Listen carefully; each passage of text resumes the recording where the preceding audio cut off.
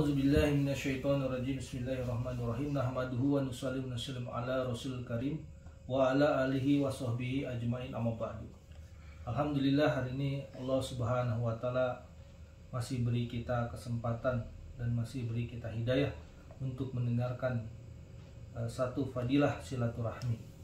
Hadis ke-1 dari Abu Hurairah radhiyallahu anhu berkata, seseorang telah bertanya kepada Rasulullah SAW, siapakah yang paling berhak saya perlakukan dengan baik?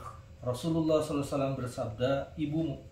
Ia bertanya, kemudian siapa? Rasulullah SAW bersabda, ibumu. Ia bertanya lagi, kemudian siapa? Rasulullah SAW bersabda, ibumu. Ia bertanya lagi, kemudian siapa? Rasulullah SAW menjawab, ayahmu. Dalam riwayat yang lain dikatakan bahwa Rasulullah SAW bersabda, ibumu, kemudian ibumu, kemudian ibumu, kemudian ayahmu, kemudian yang terdekat denganmu. Siapa saja yang dekat dengan kita, hendaknya ia kita dahulukan. Muttafaq alaih mishhad. Keterangan, berdasarkan hadis ini, sebagian ulama menetapkan bahwa hak seorang ibu untuk diperlakukan dengan baik dan dalam menerima pemberian adalah 3 bagian, sedangkan ayah 1 bagian. Karena Rasulullah SAW menyebut ibu sebanyak 3 kali dan yang keempat kalinya adalah ayah. Para ulama mengatakan bahwa sebabnya adalah karena ibu-ibu telah mengalami 3 penderitaan untuk anak-anaknya, yakni ketika mengandungnya, ketika melahirkannya, dan ketika menyusuinya. Karena itu para ulama fikih menjelaskan bahwa hak ibu untuk diperlakukan dengan baik dan untuk menerima pemberian harus lebih didahulukan daripada ayah. Jika seseorang karena ketidakmampuannya tidak bisa berbuat baik kepada orang tuanya, maka berbuat baiklah kepada ibu hendaknya lebih didahulukan.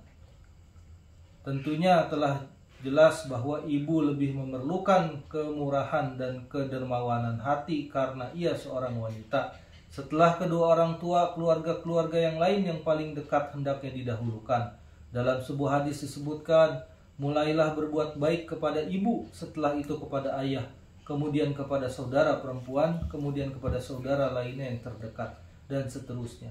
Jangan melupakan tetangga dan orang-orang yang miskin. Kunzul Umar. Baj bin Hakim rahmatullah alaih meriwayatkan dari kakeknya bahwa ia meriwayatkan hadis dari Rasulullah SAW. Wahai Rasulullah, kepada siapa saya harus berbuat baik dan bermurah hati? Rasulullah SAW bersabda, kepada ibumu.